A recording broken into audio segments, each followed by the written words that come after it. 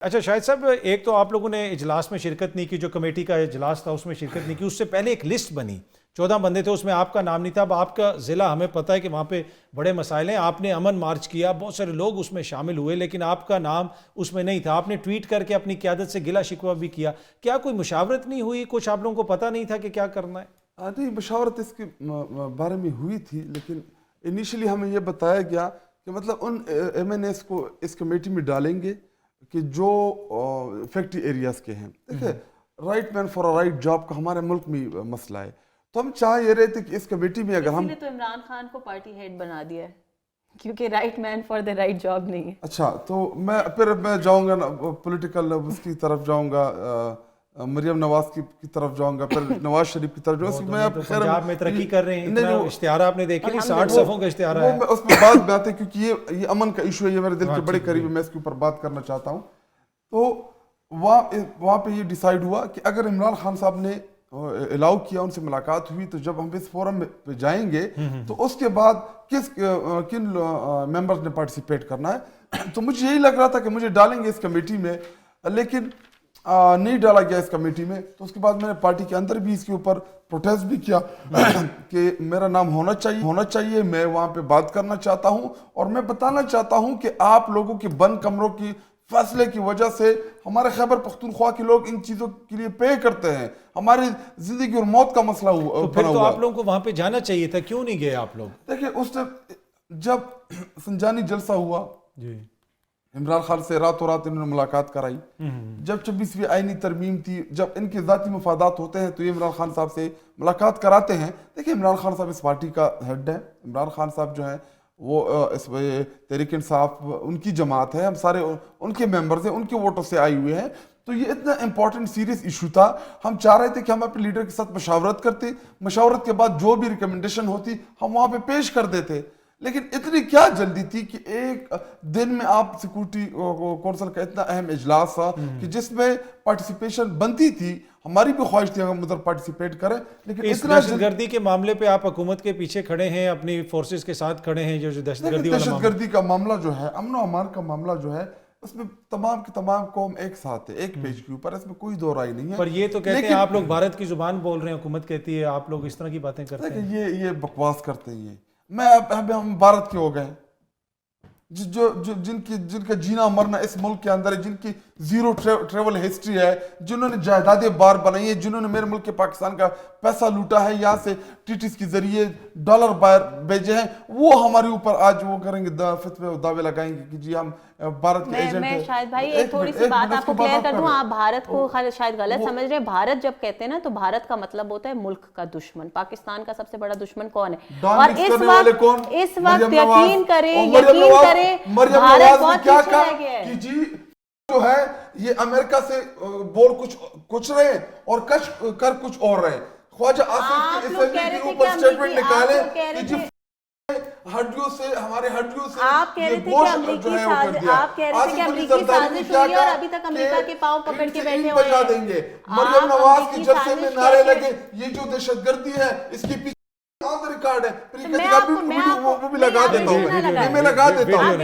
ابھی آگے بڑے وہ بن گئے، فوج کے ترجمان بن گئے۔ فوج کے ترجمان نہیں بن رہے، ہم اس ملک کے پاکستان کے اندر ترجمان ہیں اور ہم یہ کہتے ہیں کہ پاکستان کا غداری کے فتوے ہمیں نہیں لگانے ہوں گے۔ اگر میں بھی کسی کے اوپر یہ فتوہ لگاؤں، شاید بھائی کوئی آپ نے اچھا میں بھی ایک میرا جملہ کمپلیٹ ہوتا ہے۔ میں صرف آپ کو یہ کہہ رہی ہوں کہ اس وقت اور پچھلے 12-13 سال سے آپ کی جماعت جو کر رہی ہے، جس طرح سے کر رہی ہے، اس سے بڑی ملک دشمنی نہیں ہو سکتی۔ آپ اس وقت ادارے کو گھسیٹ کے بعد میں لائیں، ہم ادارے کو گھسیٹ رہے، ملک کو آپ کی پنکی پیرنی اور فرح گوگی لوٹ رہے تھے، بس کر دیں۔ ملک کو لوٹ لیں، توشہ خانہ کے ڈیسیجنز آگئے، سب چیز کے ڈیسیجن آگئے، 190 ملین پاؤنڈ کا ڈیسیجن آگئے، کیا بات کر رہے ہیں؟ مرسیڈیز جو نواز شریف لے کے گیا ہے، مریم نواز جو جواب یہاں پہ آمنہ مسئلہ یہ کہ دیکھیں یہاں پہ ہر کسی پہ الزامات لگتے ہیں۔ ماضی میں کہا جاتا تھا کہ جو سرٹیفائیڈ سپریم کورٹ کا فیصلہ ہے کہ میں جو کہہ رہا ہوں وہ شاہد صاحب کی یہ الزام لگتا تھا کہ میاں صاحب کی جو شوگر ملیں ہیں شریف خاندان کی، ان میں بھارت سے لوگ آ کے کام کرتے ہیں، ٹی وی پہ بیٹھ کے صحافی اس قسم کے دعوے کرتے تھے. جندال کے ساتھ کون ملاقات تو یہ الزامات نہیں لگنے چاہیے نا. میں نے تو کہا ہے کہ جب آپ کو کوئی یہ ان کی انٹرپریٹیشن میں پرابلم ہے، ان کے بڑے مسائل ہیں، جب ان آپ کا کو ٹھیک نہیں کر رہی حکومت ان کے ساتھ. بھارت سے بھی بدتر ہے تو ہم کہتے ہیں کہ یہ ملک دشمنی میں ہمارے بدترین دشمن کو بھی پیچھے چھوڑ گئے ہیں. جب یہ ہماری عوام کو، ہماری یوتھ کو گالی دینا سکھاتے ہیں، جب یہ ہماری پارلیمان کی بے عزتی کرتے ہیں تو یہ ملک دشمنی کر رہے ہیں. جب یہ پارلیمان میں جوتا لے کے آتے ہیں. بلوچستان کا جو واقعہ ہوا، اچھا آپ میرا ایک سوال ہے، شاید بھائی میرا ایک سوال، کیا ہم نے کیا؟ آپ نیشنل اسمبلی کے ممبر ہیں، ادھر خیبر پختونخوا میں جو اٹیکس ہوئے، جو وہاں پہ لوگ شہید ہوئے، کیا یہ ہم نے کرائے؟ نہیں بالکل. مسئلہ یہ ہے کہ جو لوگ اٹیک کر رہے ہیں یہ دہشت گردی ہے نا. اس دہشت گردی کی ہم سب کو مذمت کرنی چاہیے، اور جو دہشت گردی کے خلاف لڑ رہے ہیں ہم سب کو ان کے پیچھے کھڑا ہونا چاہیے. اور ایک ہو کے ہمیں مذمت کرنی چاہیے. انہوں نے ابھی وہ جب نہیں مذمت تو کل خان صاحب نے کی تھی، مذمت کے اوپر کیسے سیاست کی ہے انہوں نے، کتنی افسوسناک. وہ یہ کہہ رہے ہیں کہ آپ لوگ ان پہ الزام لگاتے ہیں، حکومت استعفیٰ دے دے، ایسے کر دے، حکومت نے یہ کیا، حکومت نے وہ.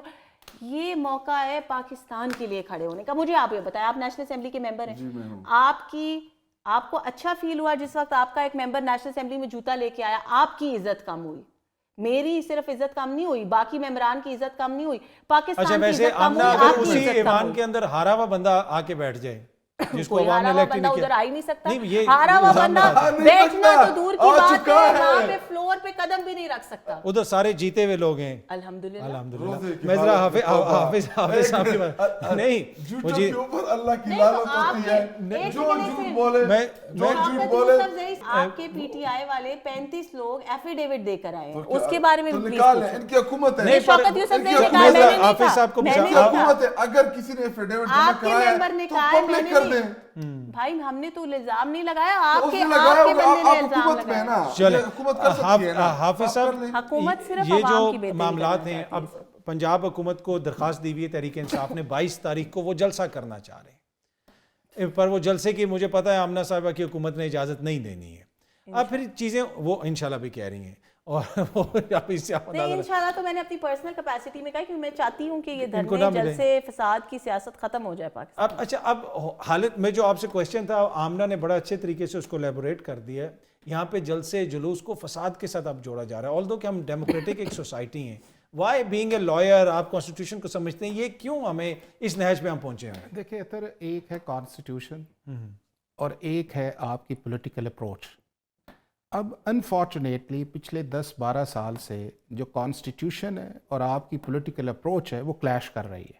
وہ کوئی بھی حکومت آئے، وہ چاہے پیپلز پارٹی کی حکومت آئے، چاہے پی ٹی آئی کی حکومت آئے، یا اس کے بعد پی ایم ایل این کی حکومت اب 2 دفعہ آئی ہے، تو اگر 10 سال کے اندر دیکھ لیں تو آپ کو ٹریڈیشنلی وہ ایک مائنڈ سیٹ جو نظر آ رہا ہے، اس کی 2-3 بنیادی وجہیں جتنی دیر تک ایڈریس نہیں کریں گے وہ نہیں آئے گا. نمبر 1 یہ ہے کہ ایک دوسرے کی پولیٹیکل ایگزسٹنس جو ہے اس کو مانے بغیر چیزیں آگے نہیں چلی جا سکتی. دوسرا اس کے اندر یہ ہے کہ جو بھی آپ کا پرابلم ہے اس کا ریزولوشن جو ہے جب آپ کی پارلیمنٹ موجود ہے تو اس کے بعد آپ کا ایک پولیٹیکل ڈائیلاگ ہے. ڈائیلاگ کے بغیر آپ آگے نہیں جا سکتے. اور تیسرا اس چیز کے اندر یہ ہے کہ پھر آپ کے اندر ایک ٹالرنس بھی. اب آپ دیکھیں نا کہ 5-7 منٹ کے اندر دونوں میرے بہن بھائی ہیں، لیکن ٹالرنس لیول آپ دیکھیں. اور یہی وہ چیزیں ہیں، آپ سارے ٹاک شوز نکال لیں، آپ کو ان 12-14-15 چیزوں سے علاوہ چیزیں نہیں ملیں گی، اور اس کے اندر جو کنسٹرکٹیو چیز ہے وہ مسنگ ہوتی. اور اس مسنگ کا حافظ صاحب جو پاکستان کا آئین ہے، کیا وہ پاکستان کے مسائل کا حل پیش کرتا ہے؟ نہیں ہے نا. اگر اس کے اندر بہتری کی گنجائش ہے، انہی کا کام ہے نا. یہی امینڈمنٹ لے کے آ سکتے ہیں. آئین کے اوپر عمل درآمد نہیں ہوتا نا، یہ ایشو ہے. دیکھیں نا، اب آئین کے اندر جو عمل درآمد ہے وہ 3 ہی، یا ایگزیکٹو خود کرے، یا آپ کی جوڈیشری اس کے اندر کرے، یا اس کے اندر. اب آپ دیکھیں نا کہ دنیا کے اگر دوسرے ممالک ہیں جن کے ہم ایگزامپلز بھی دیتے ہیں ڈیموکریسی کے اندر جو ہے، ان کے اندر ایک پولیٹیکل کلچر بھی کانسٹیٹیوشن کے کمپلائنس کا ہے. جتنا ہمارے ملک کے اندر ایشو ہے کہ ہم نے ہر انسٹیٹیوشن کو اتر ٹارگٹ کیا ہوا ہے اور ٹارنش کیا ہوا ہے. ہم نے جوڈیشری کو کر دیا، ہم نے ایگزیکٹو کو کر دیا، ہم نے پارلیمنٹ کو کر دیا، ہم نے اسٹیبلشمنٹ کو کر دیا، ہم نے پولیٹیکل پارٹیز کو کر دیا.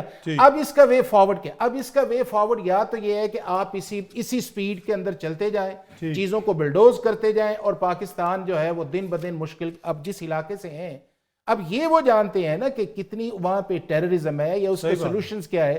اگر ان کی پارٹی بذات خود یہ ریئلائز نہیں کرتی کہ یار یہ وہ بندہ آنا چاہیے کہ جو اس کو ریپرزینٹ کرے, اس طرح آپ کو بہت ساری چیزوں کے اندر ملیں گے. شاید تو ادھر امن مارچ بھی کرتے رہے. میں وہی آپ سے گزارش کر رہا ہوں نا کہ جب آپ کی کنسیڈریشنز کچھ اور ہے.